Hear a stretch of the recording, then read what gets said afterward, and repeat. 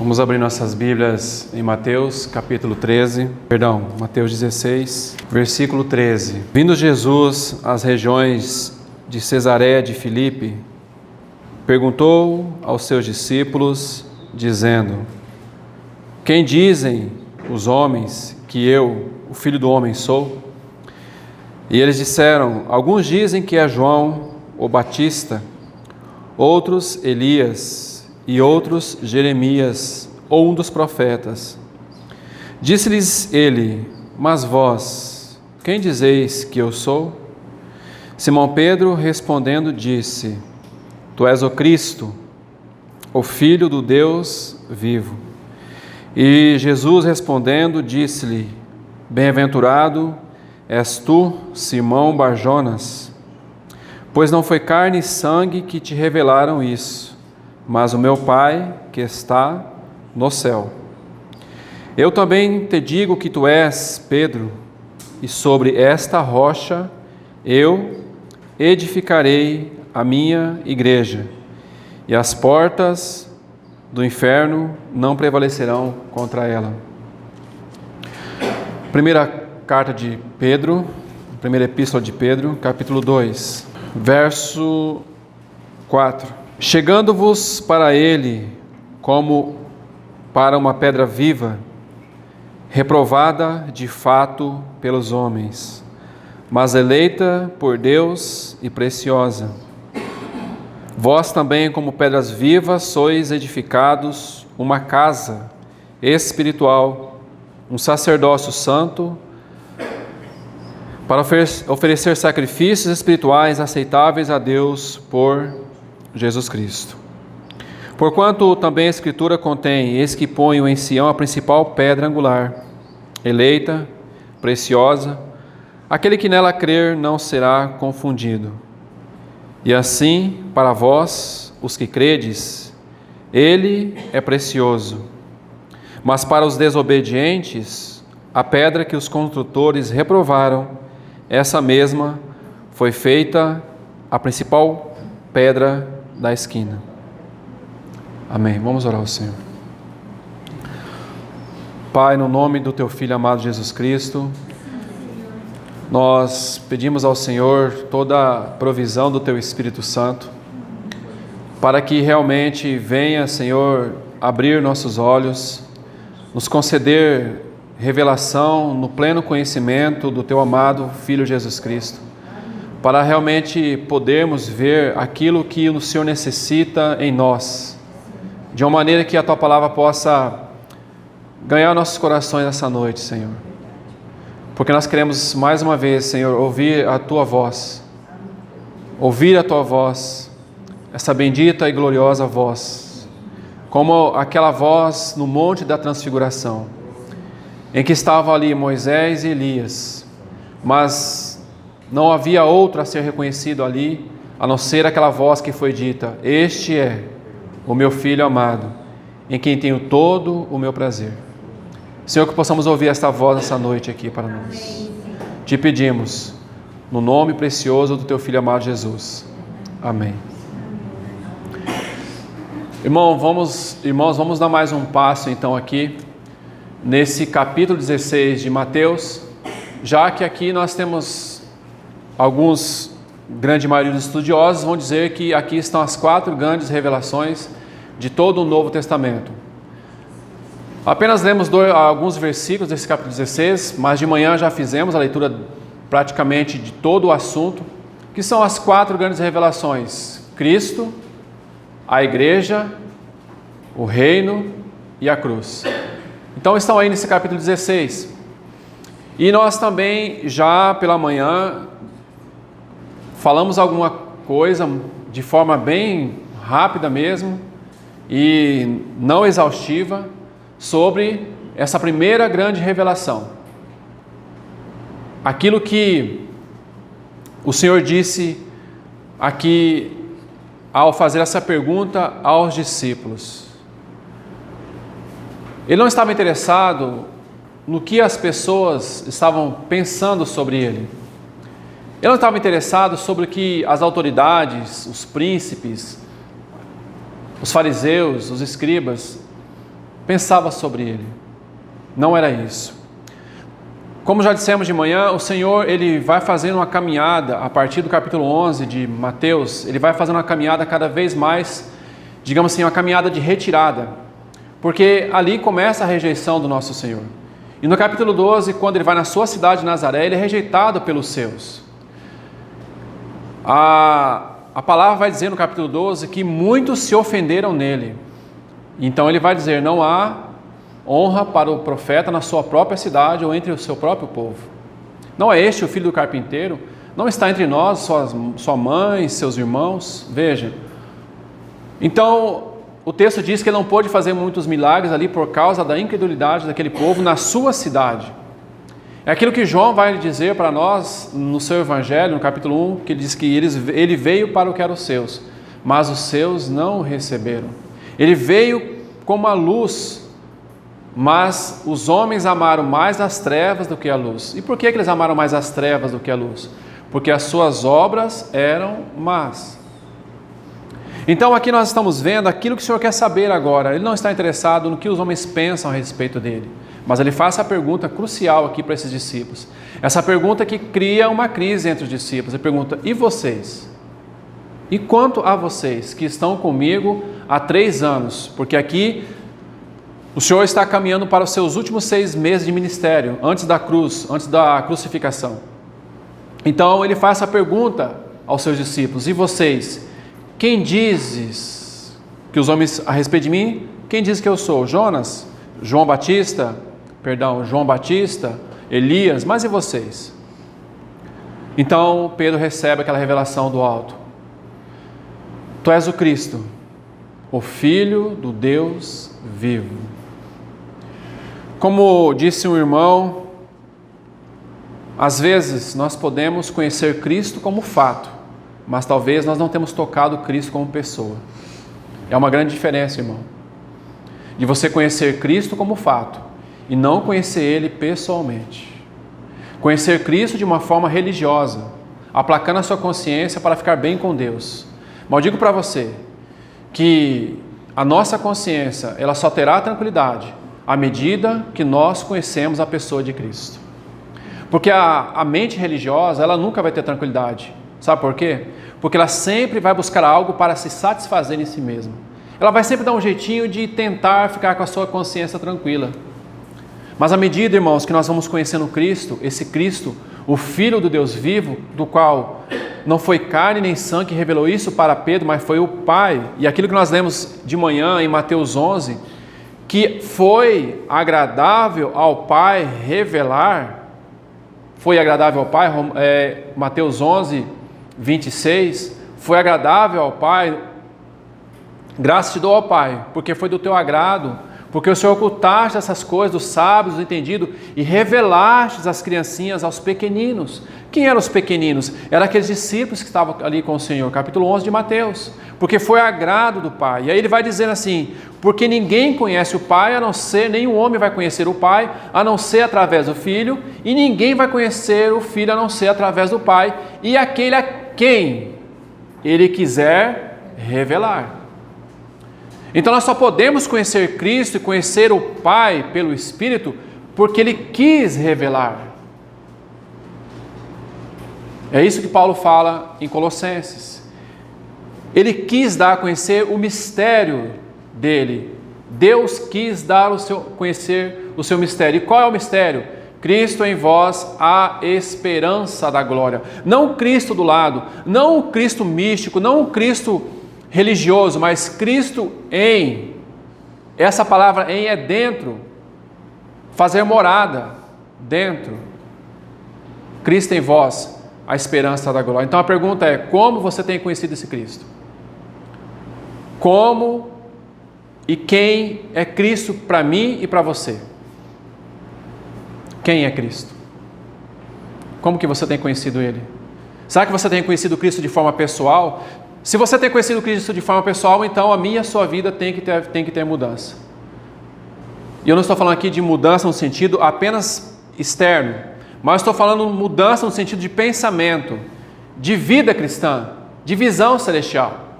Porque à medida que Cristo vai se tornando pessoal na minha vida, então eu vou conhecendo mais desse Cristo e vou querendo satisfazer a vontade daquele do qual faz habitação em mim. Então não fico com um Cristo apenas religioso na minha mente, como esses fariseus tinham. Eles eram muito bons para guardar a lei, mas eles não tinham entendimento espiritual. Então, irmãos, quem é Cristo para você? Quem de fato Cristo é para mim e para você? O que ele significa em nossas vidas?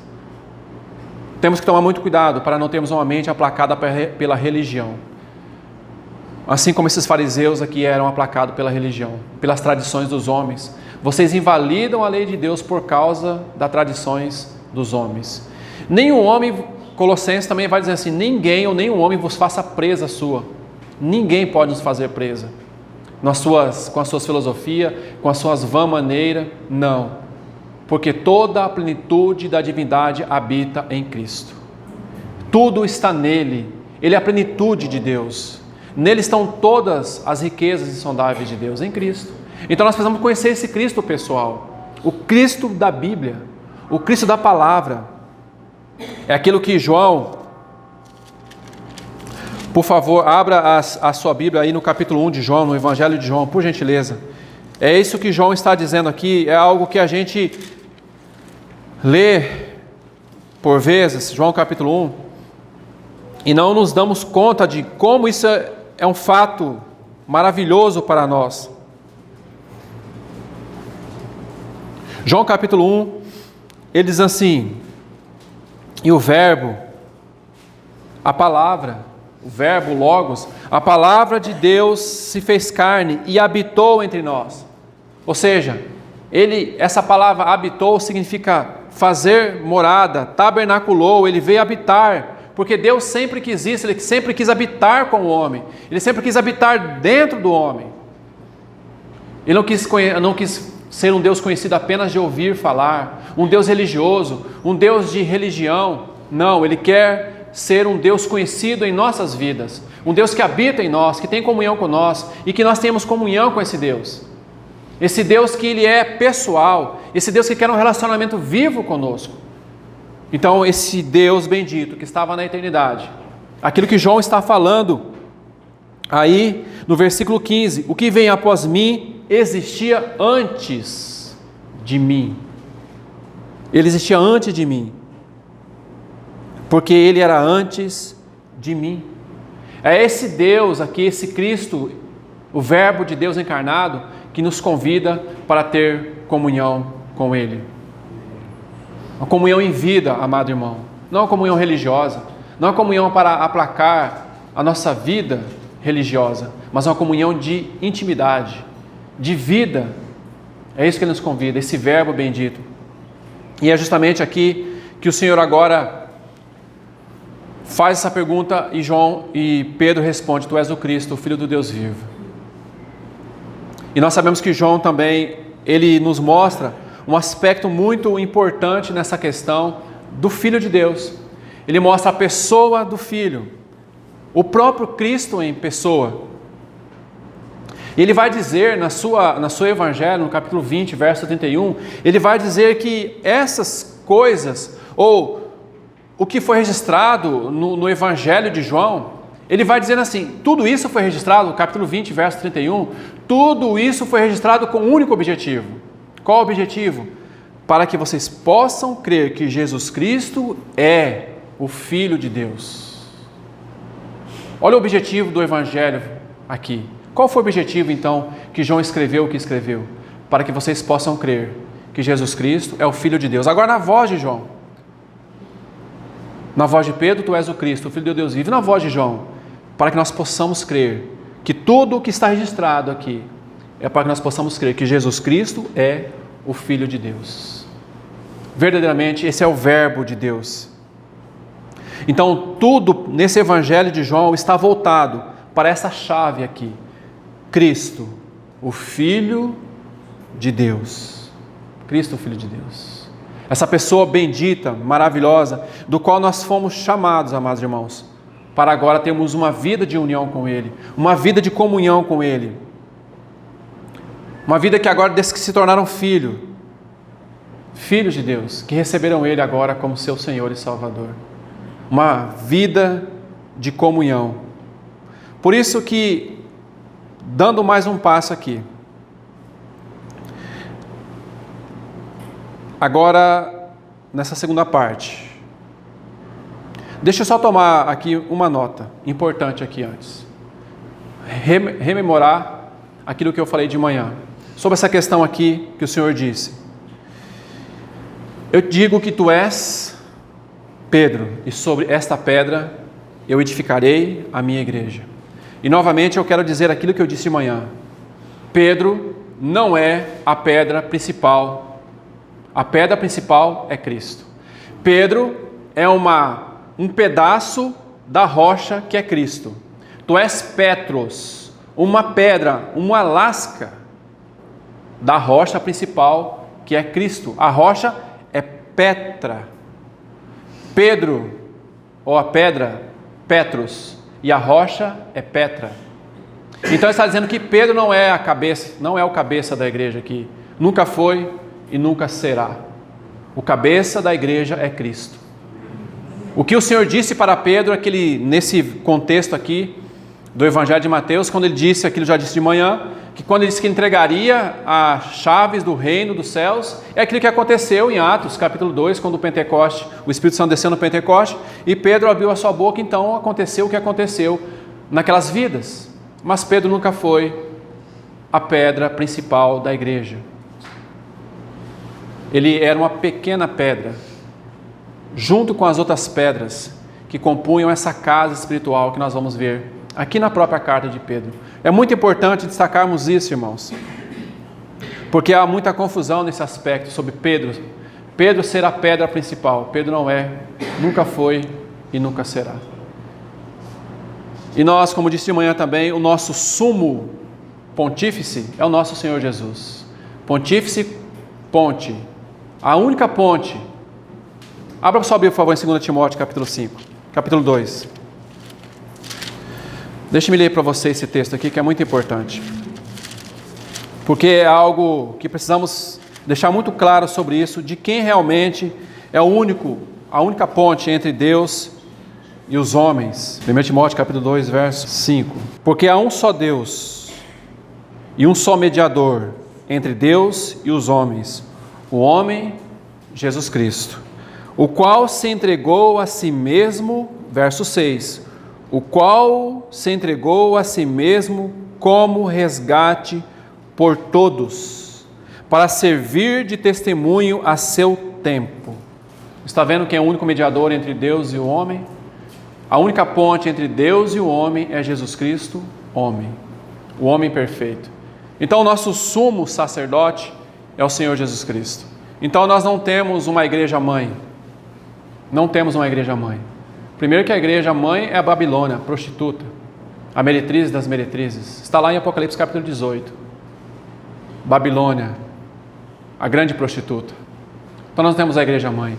Nós temos a igreja, essa que o Senhor está falando aqui. Em Mateus capítulo 16, ele fala a minha igreja. A igreja verdadeira é essa que Cristo está falando aqui na sua palavra. A minha igreja. Então, enfatizando isso, vamos retornar aqui então para esta outra parte aqui dessa segunda grande revelação, das 4 revelações que nós temos aqui no capítulo 16 de Mateus. E está aí no versículo 18. Eu também te digo que tu és Pedro, novamente a palavra Pedro, nós já falamos aí. E sobre esta rocha eu edificarei, muito importante essa expressão, eu edificarei a minha igreja. E as portas do Hades não prevalecerão contra ela. O próprio Filho está falando, eu vou edificar a minha igreja. Hebreus vai dizendo assim para nós, capítulo 3, verso 4, toda casa é edificada por alguém. Capítulo 3, verso 4, toda casa é edificada por alguém, mas quem edificou todas as coisas é Deus. Então o primeiro, aqui importante para nós, ele está dizendo, eu edificarei. Então quem edifica realmente a casa é o Senhor. A casa espiritual somos nós, mas quem edifica de fato esta casa é o Senhor. Nós somos pedras vivas nas mãos desse edificador.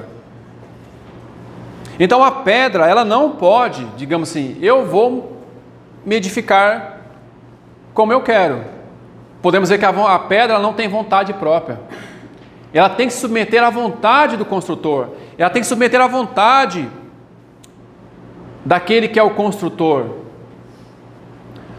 Por exemplo, você não vê, e aí tijolo fala de obra humana, mas você vê um tijolo brigando com o construtor quando vai fazer uma casa? Não, coloca o tijolo aqui, não, coloca mais para cá, não vou ficar nessa posição, eu quero ficar em pé. Você não vê isso. Apenas um exemplo talvez não muito adequado, mas para você entender que olhando do ponto de vista dessa questão da edificação, nós não devemos ter vontade própria no que concerne a edificação da casa de Deus, porque Cristo é o edificador da sua casa. Ele é o que edifica a sua igreja. É aquilo que ele falou em João capítulo 2, verso 19. Destruí esse templo, mas em 3 dias eu o levantarei. Ele estava falando do quê? Do templo? Não. Ele estava falando em relação ao seu corpo, que ele ressuscitaria ao 3º dia. Por quê, irmãos? Porque a igreja é comparada a um edifício. Ela está em trabalho de construção. Por isso que ele está falando, eu edificarei. O trabalho ainda não acabou. Por que o trabalho ainda não acabou? Porque nós somos pedras difíceis. Nós somos pedras ainda pontiagudas. Então o Senhor tem que vir e trabalhar em nossas vidas. Nós temos ainda muitas pontas para que o Senhor possa passar, nos trabalhar ainda no fogo, nos trabalhar ainda lá nas pedreiras, conforme foi feito lá no livro de Reis, quando trabalhava, se lavava as pedras para a construção do templo. Lavrar aquelas pedras, nós precisamos passar pelo trabalho da cruz. A cruz precisa operar fundo no nosso coração, na nossa vida, sobretudo na nossa vida almática. Então é por isso que é necessário, é por isso que é importante nós vermos a terceira parte, a terceira grande revelação deste capítulo 16 de Mateus, a cruz, porque a cruz vai operar fundo em nossos corações. Um irmão disse assim, ele vai colocar 3 situações em nossas vidas para realmente vermos o que é a igreja. Uma sigla chamada CS. Primeira delas, compromisso. Compromisso. O que é compromisso? Eu ter compromisso um com o outro, com o meu irmão. Se eu tenho um compromisso, então eu vou honrar esse compromisso com o meu irmão. O segundo, crise. Se nós realmente estamos tendo compromisso uns com os outros, e na edificação então da casa de Deus, nós teremos crise. Teremos crise. Poxa, mas esse irmão aqui é complicado eu caminhar com ele, esse irmão, ou essa irmã, olha essa situação aqui na casa de Deus, então virá uma crise. Mas o terceiro ponto, cruz. Se nós queremos ser edificados juntos, nós precisamos aprender a tomar a cruz, negar a si mesmo e seguir o Senhor. Então nós começamos a entender a edificação da igreja. Compromisso, crise e cruz. Então nós vamos avançando. Sabe por quê, irmãos? Quem edifica a igreja é Cristo. Nada que não revele Cristo, nada que não traga visão maior do que a pessoa de Cristo. O ministério existe na igreja para mostrar Cristo. A igreja fala somente de Cristo. Quando ele usa essa palavra aqui, a minha igreja, significa algo específico, algo distinto, algo peculiar. Minha igreja. Minha igreja. Então nós temos que tomar muito cuidado quando nós ouvimos assim, a minha igreja. Primeiro que nós não temos igreja nenhuma. Ninguém tem igreja. Quem tem igreja é o Senhor Jesus. A igreja é dele. Então ninguém tem igreja. Ninguém fecha e abre a porta da igreja, porque ninguém morreu pela igreja, a não ser o nosso Senhor Jesus. Então ele diz assim, eu a edificarei sobre mim mesmo. É isso que ele está dizendo. Quando ele fala minha igreja, ele está dizendo assim, eu vou edificar aquilo que eu mesmo sou capaz de fazer, porque é algo distinto, é algo peculiar. Mas sabe, irmãos, o que nós estamos vendo hoje? Muitos edificadores edificando Torre de Babel. Torre de Babel. Gostaria que você fosse comigo até Gênesis capítulo 11, só para você ver algo aqui interessante sobre essa questão da Torre de Babel. Gênesis capítulo 11. Gênesis capítulo 11. Rapidamente.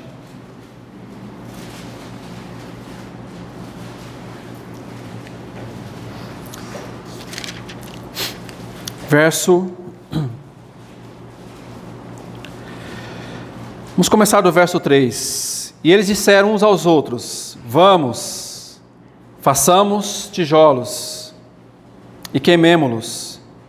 E eles tiveram tijolos por pedra. Observe essa expressão aí.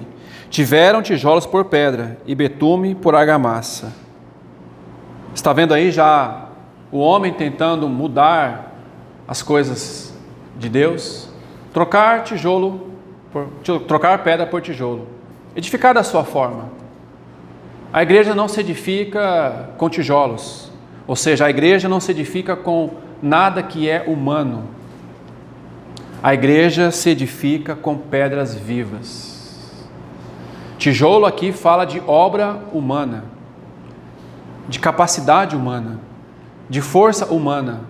E nada daquilo que é humano pode edificar a casa de Deus. Então aqui está. E ele disse: vamos, edifiquemos para nós. Está vendo aí? Para nós.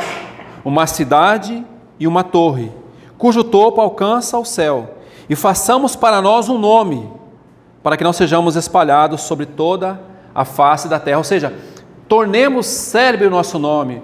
Ou seja, vamos atrás de reputação, vamos atrás de fama, vamos atrás de glória. É isso que ele está dizendo aqui. Vamos fazer o nosso nome, vamos crescer com que nosso nome cresça, para ver como que nós realmente estamos evoluindo. Veja a expressão aí: nós edifiquemos para nós uma cidade. Vamos construir algo grande para que as pessoas possam ver, a tal ponto que vamos chegar até o céu. Mas nunca vamos esquecer algo que vai estar justamente aí, no verso 5. O Senhor desceu para ver a cidade e a torre que os filhos dos homens edificavam. O Senhor disse: eis que o povo é um, e todos eles têm uma língua. E isto eles começaram a fazer, e agora nada lhes será restrito, dos que eles imaginavam fazer. E aí o verso 8: o Senhor espalhou dali sobre toda a face da terra, e eles deixaram de edificar a cidade. Sabe por quê? Porque tudo aquilo que é humano acabará. Deus destruirá. O que não tem a edificação do Senhor se acabará. Mas aquilo que é edificado pelo Senhor, a sua igreja, permanecerá. Porque é edificado com pedras. Sabe por quê, irmãos? Porque aqui fala de Babel. E Babel, podemos dizer, é algo relacionado à Babilônia. Babilônia nos fala de um sistema que aprisiona o povo de Deus. Um sistema religioso, um sistema comercial, um sistema político. Babilônia. Por isso que o Senhor diz lá em Apocalipse 18, fala assim: sai dela, povo meu. Sai dela, de Babilônia. Sai desse sistema religioso. Sai desse sistema em que os homens querem se tornar célebres do seu nome, em que eles querem se fazer mais do que Deus, em que eles querem colocar o nome deles acima de Deus. Sai dela, povo meu. E quando nós olhamos para isso aqui, irmãos, nós temos que olhar de novo para Mateus, porque à medida que o Senhor vai sendo rejeitado, o que Ele vai fazendo? Ele vai se afastando cada vez mais daquele povo, junto com os seus discípulos. E ele chega em Cesareia de Filipe. E aí em Cesareia de Filipe, agora, a próxima cena do capítulo 17 de Mateus é o quê? O Monte Hermon, a transfiguração. Porque o texto ali ele é corrido, ele não tem parágrafo, ele não para. O texto do capítulo 16 ele segue para o capítulo 17 de Mateus. Então o Senhor vai a esse monte, o Monte Hermon, e ali vai ser transfigurado diante dos discípulos. Porque é o que ele vai falar assim: dos que estão aqui ainda, dos que estão aqui comigo, alguns não verão a morte. Então o Senhor vai se transfigurar diante daqueles 3 discípulos, Pedro, Tiago e João, e a glória do Senhor então vai ser vista, porque Pedro novamente vai dizer: Senhor, bom estarmos aqui, façamos, olha aqui, façamos uma tenda para o Senhor, para Moisés e para Elias. De novo essa expressão, façamos, não é o que eles estão fazendo aqui em Torre de Babel. Vamos fazer algo célebre, vamos fazer aqui, construir uma torre, vamos fazer o nosso nome, né? Vamos realmente trazer reputação, vamos ser pessoas notáveis.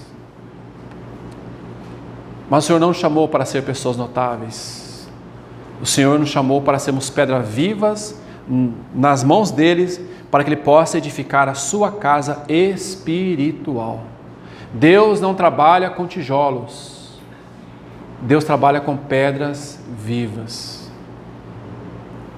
Então, aquela voz de Mateus 16, 17, quando Pedro tem essa ideia, uma nuvem cobre todos eles e vem aquela voz, aquela única voz: este é o meu Filho amado, em quem tenho todo o meu prazer. Ao evangelista fala assim: a ele ouvi, a ele ouvi. Ou seja, ouça apenas o Filho, porque Ele é o Filho de Deus. Tudo o que o Pai quer é que nós ouçamos a voz do seu Filho, porque Ele é o Filho vivo, o Filho do Deus vivo, Cristo, o Filho do Deus vivo. Então aí está, amados irmãos, o que nós temos visto hoje é muita Babilônia. O que nós temos visto hoje é essas edificações de Torre de Babel, mas nós não temos visto outra coisa a não ser isso nesse mundo chamado cristianismo. Vamos dar mais um passo aqui. Gostaria de ter colocado apenas isso, essa questão da Torre de Babel. O que o Senhor está fazendo hoje é que Ele reservou a si mesmo o direito de edificar a sua igreja.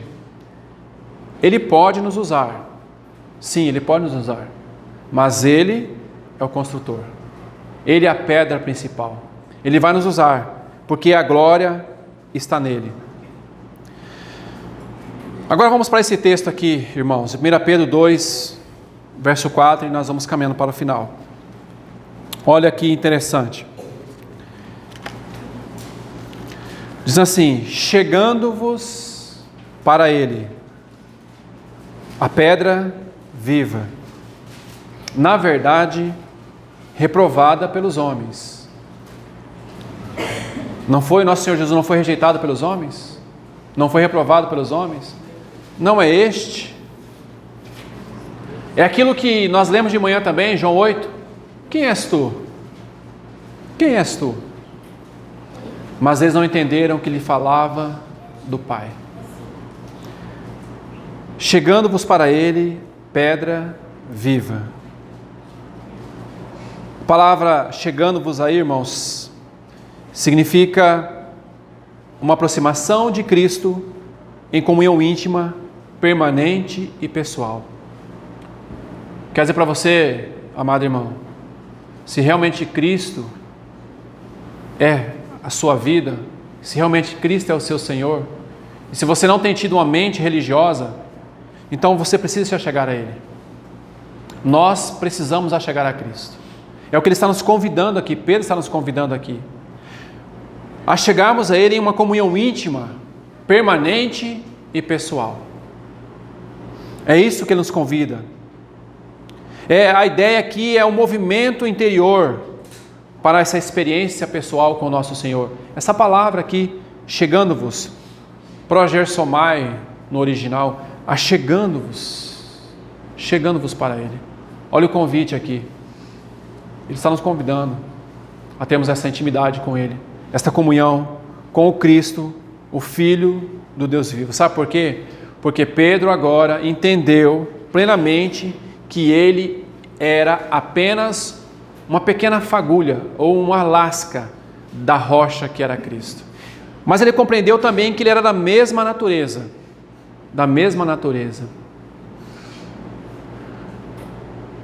dessa pedra principal que era Cristo. Ele entendeu, ele compreendeu isso. Sabe por quê, irmãos? porque todos somos pequenas pedras vivas. E sabe o que mais? Cristo quer nos tomar para edificar a sua igreja. Sermos realmente essas pedras vivas na mão dele. É isso que ele nos chama. Somente ele pode fazer isso em nossas vidas. Por isso que ele está nos convidando para chegar a ele. Essa pedra que foi rejeitada por esses homens, mas para com Deus, eleita, preciosa. Rejeitar significa assim, colocaram a ele, deram a valoração dele e consideraram ele sem qualquer valor. Pesaram ele e consideraram ele como se, sem qualquer valor. Mas para com Deus, o que essa pedra é? Ela é eleita, Deus escolheu ele, ela é preciosa, de um valor inestimável. Mas sabe, irmãos, o que o versículo 5 vai dizer? Vós também, como pedras vivas, sois edificados. O que? Casa espiritual. Você está vendo aí? Você está vendo que nós somos edificados? Casa. Uma casa espiritual. Não uma casa construída de tijolos. O teste para nós sabermos se realmente a casa de Deus existe e saber se as pedras vivas que compõem a casa de Deus é, antes de tudo, realmente é se Deus está lá ou não. Se Deus está entre nós, é o teste. É o teste para saber realmente se nós temos sido edificados casa espiritual. Deus está entre nós. Se Deus está entre nós, então nós estamos sendo edificados. Apesar de nós, apesar de muitas vezes ainda andarmos com certa dificuldade na nossa jornada cristã. Números capítulo 33, as 42 jornadas. E aquilo nos mostra o progresso na vida espiritual. 42 jornadas. Quando o povo chega, isso está em Deuteronômio capítulo 1, quando o povo chega na divisa para atravessar de Cades Barneia para Canaã, era 11 dias, querido irmão, 11 dias de viagem. Sabe o que o Senhor faz com esse povo?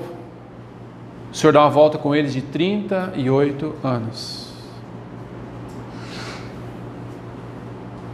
Aqui estava, era só atravessar. É como se você estivesse aqui, atravessasse aquela rua, você estava no seu destino. Mas o Senhor faz o quê? Quando chega aqui, por causa daquele povo, por causa do coração endurecido, o que o Senhor faz com aquele povo? Vamos dar uma volta então. Vocês precisam aprender. 38 anos. Irmãos, quanto tempo o Senhor já tem dado voltas conosco? Quanto tempo? Quanto tempo o Senhor tem voltado na mesma lição comigo e com você? E nós não temos avançado nesse assunto com o Senhor. Será que, onde está o problema? O problema está no alimento? O alimento é fraco? O alimento é fraco, irmão? Onde está o problema? Onde está o problema? Sabe onde está o problema? Fácil descobrir. O problema está em mim. Não vou dizer que está em você, que você precisa fazer a tua autoanálise. Faça você mesmo a tua análise diante do Senhor. 11 dias, 38 anos o povo teve que passar. 42 jornadas. Eu digo para você, irmão, o Senhor não vai passar a próxima estação com você se você não tiver sido aprovado na estação anterior. São chegadas e são saídas. Mas eu quero dizer para você que nós precisamos caminhar a carreira que está proposta. Porque nós somos essa casa espiritual. Então, amados irmãos, nós muitas vezes ouvimos. Mas de quanto que nós temos ouvido, de fato tem se tornado vida em mim e em você? Quanto desse tu és o Cristo, Filho do Deus vivo, tem sido verdadeira vida em mim e em você? Será que o Senhor vai querer tratar conosco sempre com chuquinha, com chupetinha?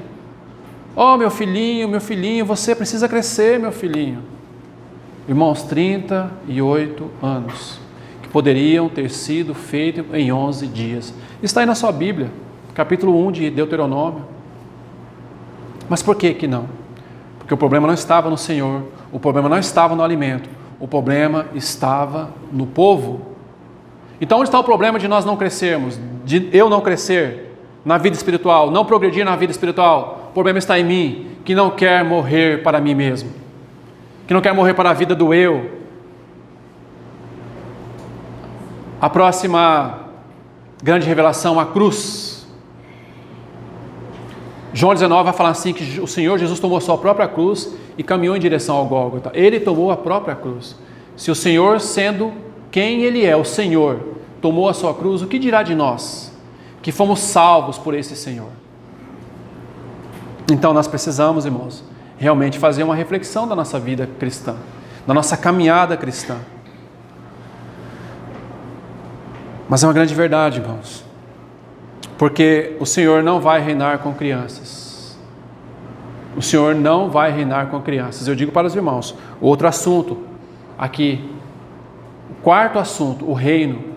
O reino são para filhos maduros. Filhos maduros, filhos experimentados, maturidade espiritual. O reino não é para crianças. Ah, mas o reino de Deus, aquele que não recebeu o reino de Deus como uma criança, veja bem, não faça confusão aí. Uma coisa é eu receber o reino de Deus como criança, outra coisa agora é eu amadurecer para estar nesse reino. E reinar com Cristo é uma coisa totalmente diferente de salvação. Fomos salvos, amém, aleluia, estamos longe do inferno, o Senhor salvou. Agora reinar com Cristo, totalmente diferente. Depende da nossa responsabilidade, da nossa resposta àquilo que o Senhor tem mostrado para nós. Precisamos responder ao Senhor. Por isso que o Senhor não vai reinar com crianças. Não à toa que todas as vezes que nós vemos uma criança reinando, tem problema. Só faz o que não deve ser feito, porque não tem maturidade. Então o Senhor nos chama para ser homens e mulheres maduros nessa jornada espiritual. Então essa progressão, porque, amados irmãos, o Senhor é encontrado em nós e o Senhor é encontrado no meio de nós. Se Ele for, isso satisfaz todos os seus requisitos. Sabe por quê, irmão? Ele não quer a estrutura elaborada e ornamentada. Ele não quer saber de estrutura. A casa de Deus não é determinada por um nome, um título, uma designação, um lugar, uma coisa. A casa de Deus é designada e determinada pela presença do Senhor. É saber se a presença do Senhor está ali. Não importa onde estejam, com quem estejam, se Deus estiver ali, então nós temos a casa de Deus. É se Deus está ali. Lembra-se de Ezequiel capítulo 10, a glória do Senhor foi saindo, e eles não perceberam quando a glória do Senhor foi embora. Começou na soleira da porta, depois foi subindo, os querubins subiram, a glória foi embora e eles não perceberam. Mas a reunião continuou, o culto continuou, mas a presença do Senhor foi embora. Não basta continuarmos com o culto, com as liturgias, não basta continuar com tudo funcionando. A questão é, a presença do Senhor está? Se nós perdemos a presença do Senhor, nós perdemos tudo. Nós perdemos tudo. E aí não adianta nós realmente falarmos que somos igreja. Porque o que nos faz sermos realmente de fato a igreja é a presença de Deus. É a presença de Deus. O problema com as pessoas é que elas precisam ter algo sobre e ao redor, um prédio para se reunir, para chamar de igreja. Ah, então vamos à igreja. Não, irmãos, nós não vamos à igreja. Nós somos a igreja. Nós vamos à reunião da igreja. Nós participamos da reunião da igreja. Então nós não vamos à igreja. Nós somos a igreja. É isso que é a igreja. Ele edifica a sua igreja. Eu edificarei a minha igreja. É aquilo que Ezequiel mostra para nós. Quantas vezes a glória se foi imediatamente. Por quê? Começa a organizar aqui, começa a estabelecer uma coisa aqui. E para onde o Senhor foi? Para onde o Senhor foi? A glória do Senhor foi embora. e não perceberam. É a mesma coisa que aconteceu com Sansão. Ele não percebeu quando o Espírito Santo saiu dele. Quantos cristãos já não perceberam que o Espírito Santo já saiu? Saiu no sentido assim de estar entristecido, de estar apagado. A presença, mas eu continuo indo. Eu vou lá, eu tô legal. Eu falei assim com os irmãos na semana passada num local. Falei, irmãos, a igreja não é clube de fraternidade. A igreja não é clube de amigos, de dar tapinha nas costas. Oh, que legal, beleza. Nos vemos no domingo e a semana toda, então a gente continua a nossa vida. Nossa vida normal e nada, está tudo normal. Vamos continuar pecando, está tudo normal. Mas no domingo a gente volta de novo. Então nós vamos continuar conversando e tal, bate papinho. A igreja não é clube de fraternidade. A igreja é a casa de Deus. Nós lemos agora aqui, nós somos chamados de casa espiritual. Nós somos templo de Deus, habitação de Deus. Isso é casa de Deus. Então, quantos já não se deram conta de que o Espírito Santo já foi embora? E já não tem mais nada ali, está seco. Não tem mais nada. Que o Senhor tenha misericórdia de nós. E realmente faça nós vermos isso. E que Ele possa ser encontrado em nossas vidas, para que possamos realmente ser essa casa espiritual. Sabe por quê, irmãos? O que é necessário aqui, no que concerne a casa de Deus, a edificação da casa de Deus, vou rapidamente abrir aqui, é isso que ele está falando aqui. Nós somos essa casa espiritual, um sacerdócio santo. Veja, o que o sacerdote faz? Ele ministra, essa é a função do sacerdote. Por que nós somos casa espiritual? Para ministrarmos a Deus, mas também não só a Deus, para ministrarmos uns aos outros. Então ele está dizendo que nós somos um sacerdócio santo, para oferecer sacrifícios espirituais aceitáveis a Deus por Jesus Cristo. Então nós oferecemos sacrifícios espirituais a Deus através do seu Filho Jesus Cristo, porque Ele é o nosso sumo sacerdote, é Ele que está diante do Pai intercedendo por nós, e nós somos esses sacerdotes. Apocalipse capítulo 1, verso 6 vai dizer que fomos constituídos reino e sacerdotes, para governar e ministrar. Veja aí, sacerdotes. Então nós temos esse livre acesso a Deus, na pessoa bendita do Filho, pelo caminho que Ele abriu, pelo novo e vivo caminho, para agora oferecermos sacrifícios espirituais. Não é os sacrifícios do Antigo Testamento, não, aqui é sacrifícios espirituais, através de Jesus Cristo. Mas irmãos, se o Espírito Santo já foi embora, como que nós vamos oferecer agora?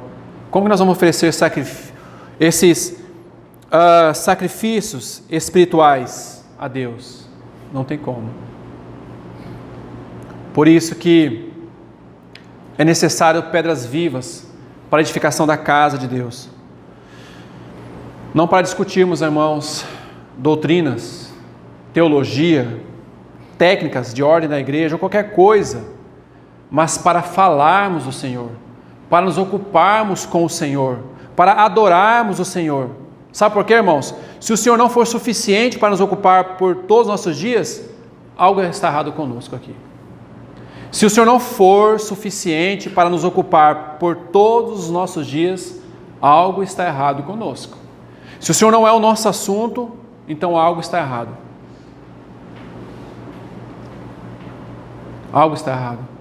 Quando nós precisamos preencher algo que não é o Senhor. Então, por isso que aqui ele está falando que nós somos pedras vivas. E onde o Senhor habitaria, irmãos? 1 Reis, capítulo 8, verso 27, vai dizer assim: habitaria Deus de fato na terra? Eis que o céu e até o céu dos céus não podem te conter. Eis que o céu e até os céus dos céus não pode conter o Senhor. Mas agora, irmão, onde é que Ele está habitando? está habitando na sua igreja, no seu corpo, vivo, através da pessoa bendita do Espírito Santo. É o que Pedro diz aqui: vós sois edificado uma casa espiritual. Qual é o lugar do meu descanso? O Senhor tem encontrado descanso em nossas vidas? Ele tem encontrado descanso em nossas vidas? Ou não? Qual é o lugar do descanso do Senhor? Então, união com Cristo significa trazer Deus para dentro. Casa espiritual. Pois onde Cristo se expressa corporativamente e pessoalmente presente, ali Deus entra. Vou repetir isso aqui, irmãos. União com Cristo significa trazer Deus para dentro. Pois onde Cristo se expressa corporativamente e pessoalmente presente, ali Deus entra. Se você, irmão, quer conhecer a presença de Deus, se você quer conhecer a presença de Deus, se nós queremos conhecer a presença de Deus, vamos nos ocupar com os compromissos de Deus que são o seu Filho. Vamos realmente ter esse compromisso, porque Deus tem um compromisso com o seu Filho, e o seu Filho tem um compromisso de edificar a sua igreja, irmão. Sabe por quê? Porque as portas do inferno não prevalecerão contra ela. A igreja é indestrutível. A igreja, segundo a Bíblia, a igreja bíblica, não é a igreja que às vezes ouvimos falar que a igreja não é a igreja, mas eu estou falando da igreja bíblica. A igreja bíblica, as portas do inferno não podem prevalecer contra ela. Não pode. Ela é indestrutível, porque o nosso Cristo venceu. Aquele que edifica a sua igreja venceu, amados irmãos. Não pode, de fato. Ou seja, não pode suplantar ela, não pode prevalecer sobre ela, porque realmente aquele que venceu a morte e o inferno é o cabeça da igreja. Por isso que a igreja é vencedora, porque Cristo é vencedor. Então, quando nós ouvimos a igreja acabou, não. A instituição humana pode ter acabado, mas a igreja nunca acaba. A verdadeira igreja nunca acaba. O que acaba, na verdade, são as instituições humanas. Aquilo que o homem levanta, os tijolos, as coisas humanas. Mas se é de Cristo, permanecerá para sempre. Por isso que Ele nos convida realmente a sermos cada vez mais esse povo que o conhece como Cristo, o Filho do Deus vivo. E realmente confiarmos que Ele edificará a sua igreja, porque nós somos pedras vivas, edificados, casa espiritual. Talvez somos um pequeno rebanho, um povo inexpressivo, pobre, sob a direção de homens humildes. Mas sabe que isso pode de uma coisa? Nada disso importa, porque a igreja, o povo de Deus, deixará de subsistir até a consumação do século.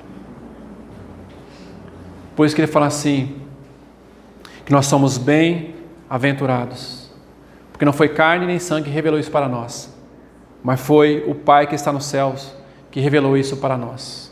É por isso que nós estamos aqui, irmãos, vivendo nesta vida, a vida da igreja, porque foi aqui que o Senhor nos colocou para vivermos. Até que Ele volte, será assim.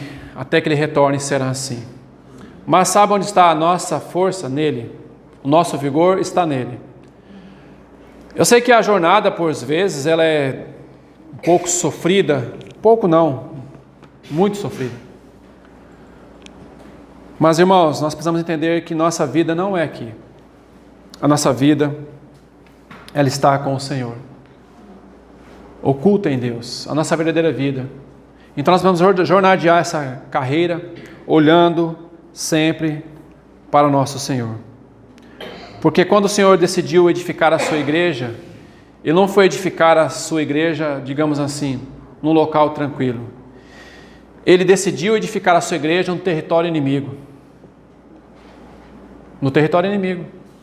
Ou não? Claro. A igreja do Senhor está sendo edificada no mundo. No território do inimigo. Cheio de principados, potestades, dominadores, hostes espirituais da maldade. Efésios capítulo 6 vai nos dizer isso.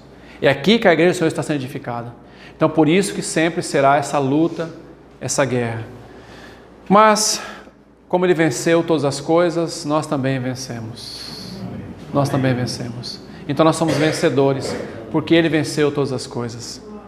Graças a Deus que o fundamento da igreja é Cristo. O fundamento da igreja é Cristo. A igreja está sendo edificada em Cristo. Nós só podemos tocar nesse assunto da igreja à medida que nós compreendemos Cristo. Nossa mensagem não é a igreja.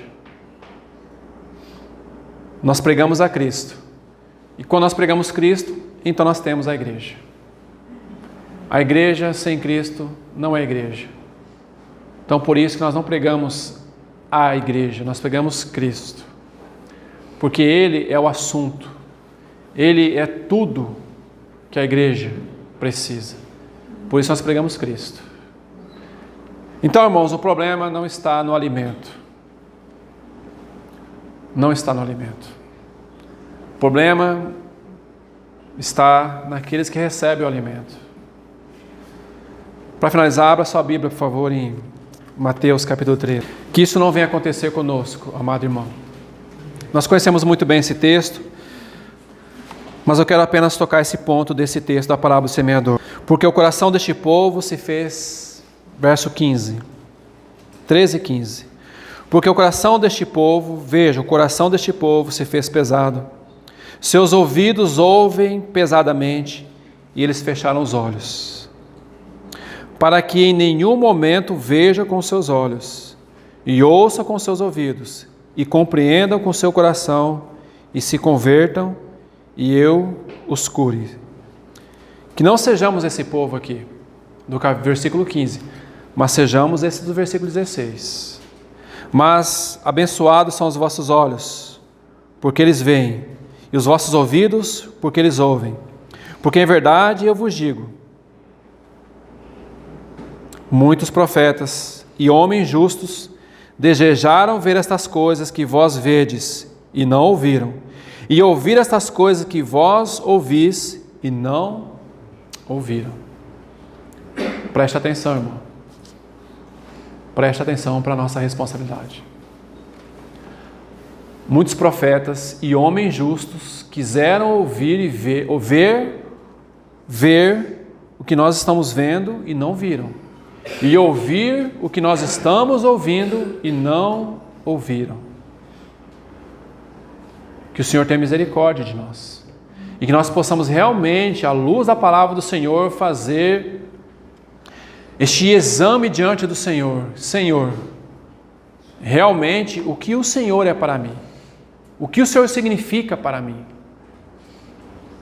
Para nós não termos o resultado do versículo 15. Não compreenderam com o coração e não se converteram a Deus. Que não corramos o risco, irmãos, de passarmos 10, 20, 30 anos sentados nessas cadeiras, sem não termos realmente recebido a revelação de quem é a pessoa de Cristo Jesus. Não apenas o fato, mas a verdade de quem é Cristo Jesus em nossas vidas. Não corramos esse risco, porque o que o Senhor disse aqui é que muitos profetas e homens justos quiseram e não puderam ver e nem ouvir. Bem-aventurados somos nós, pelo que os nossos olhos têm visto e pelo que os nossos ouvidos têm ouvido. Agora, tem um detalhe aqui. Hebreus capítulo 4 vai dizer assim que aqueles que ouviram a palavra não misturaram ela com a fé. Então nós precisamos misturar com a fé aquilo que nós temos ouvido. para que não haja em nós nenhum coração de incredulidade que nos afaste do Deus vivo. Mas isso aconteceu com o povo. Mas então Paulo vai dizer em 1 Coríntios, capítulo 10, que o que foi escrito a respeito deles foi como exemplo para nós, sobre quem os fins dos séculos têm chegado. E Romanos capítulo 15, verso 4, vai dizer que tudo o que antes foi escrito, para o nosso ensino foi escrito, para que pela paciência e consolação das Escrituras tenhamos esperança. Então, amado irmão, nós não podemos aqui alegar falta de conhecimento. Ninguém nos avisou que era assim. Porque o alimento é o melhor alimento que nós podemos ter, é esse aqui. Que o Senhor nos ajude, irmãos, e realmente possamos responder a Ele. Vamos orar ao Senhor. Pai, no nome de Jesus, obrigado pela Tua palavra mais uma vez. Obrigado pelo Teu amor para conosco, para com o Teu povo. Que o Senhor possa realmente, Senhor, encontrar em nós resposta a tudo que o Senhor tem falado para nós. Ó Senhor, a Tua vinda está cada vez mais próxima, Senhor. Senhor, que nós possamos realmente voltar o nosso coração e se converter ao Senhor. Senhor, que possamos realmente ouvir a Tua voz do Espírito Santo e converter, Senhor, nosso coração ao Senhor. Converte o nosso coração, Senhor. Converte nossa dura serviço, Senhor. Que possamos ser um povo que responda ao Senhor. Que realmente um povo que tenha realmente dado resposta àquilo que o Senhor tem falado, Senhor. Para que não ocorra o que aconteceu com o povo na caminhada no deserto, Senhor. Ficaram prostrados porque não deram ouvido ao Senhor, mas murmuraram contra o Senhor 10 vezes. Mas agora, Senhor, nós estamos diante da Tua palavra. Tenha misericórdia mais uma vez, Senhor. Que possamos Te responder, amado Senhor Jesus. Amém.